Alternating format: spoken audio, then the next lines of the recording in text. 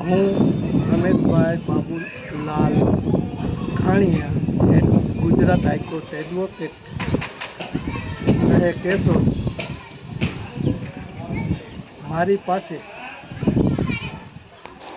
દેવરાજભાઈ સોમાભાઈ ગોહેલ નામના માનખેત્રા ગામના વ્યક્તિ કેસ લઈને આવેલા. તે કેસ જોઈ તેમાં મેં વીટી ફાઇલ કરી ને લડે 2021માં તે તેના મામા જોડે કતરાઈમાં રહેતા હતા. ત્યારે તેના મામાએ એસિડ પીને તેના ઉપર ફરિયાદ કરેલી. જે ફરિયાદ 2021માં કરેલી અને 2023માં તેમાંથી એને નિર્દોષ છોડાવેલા. ત્યારબાદ તારીખ 16/4/18ના રોજ માંગરોળના એક બેને 363, 364, 447, 504, 506(2) પોસ્કો એક્ટની કલમ 8, 11(4) અને પીવી 135 મુજબ દેવરાજભાઈ ઉપર ફરિયાદ કરેલી. જેમાં દેવરાજભાઈને પકડી જેલ હવાલે કરવામાં આવેલા અને જૂનાગઢ પોસ્કો કોર્ટમાંથી તેમને જામીન ન મળતા હાઈકોર્ટમાંથી જામીન લેવા પડેલા.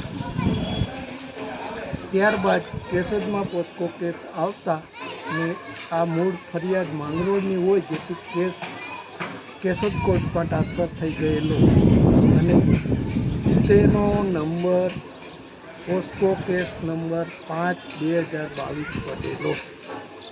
આ કેસ ચાલી જતા આમાં સરકાર તરફથી બધા સાક્ષીઓ તપાસવામાં આવેલા ને તમામ સાક્ષીઓની ઉલટ દેવરાજભાઈના વકીલ તરીકે મેં કરેલી અને બંને વકીલોને સાંભળ્યા બાદ નામદાર ત્રિવેદી સાહેબે આ પોસ્કો ગુનામાંથી દેવરાજભાઈ સોમાભાઈ તારીખ 8/6/2026ના રોજ નિર્દોષ છોડી મૂકવાનો હુકમ કર્યો છે. ફોજદારી કેસ સાંગાણી સાહેબમાં એસર થયેલો છે 2023માં. મારી જોડે અત્યારે દેવરાજભાઈ પણ હારે ઉકેલ છે. જે તેઓ શું કહેવા માંગે છે તે પણ સાંભળો. મારું નામ દેવરાજભાઈ સોમાભાઈ ગોહેલ, ગામ મારું માનખેત્રા, તાલુકો માંગરોળ અને જિલ્લો જુનાગઢ. હું GISFમાં ફરજ બજાવતો હતો અને મારા ઉપર જમનાબેન સુરેશભાઈ માકડિયાએ પોસ્કો જેવી ગંભીર કલમો નાખી અને કેસ દાખલ કરેલો હતો અને એમાં મને ઘણું નુકસાન થયું છે. આર્થિક અને સામાજિક અને સમાજની અંદર મારી જે ઇજ્જત આબરૂ હતી એ પણ જતી રહી અને મારી જે કંઈ આજીવિકા નોકરી હતી એ પણ જતી રહી છે. અને ત્યાર પછી બીજો એક કેસ છે. ત્યારે હું અગતરાઈ રહેતો, જે મારા મામા થાય છે ધનાભાઈ ભોજાભાઈ પરમાર. ત્યાં તેમણે કોઈ કારણોસર મારા ઉપર ખોટી ફરિયાદ દાખલ કરેલી હતી. એસિડ પીને તે પણ કેશોદ કોર્ટની અંદર કેસ ચાલતા સાંગાણી સાહેબે મને નિર્દોષ છોડેલ છે અને આપણે જે પોક્સો કેસની અંદર ત્રિવેદી સાહેબે પણ મને નિર્દોષ છોડેલ છે.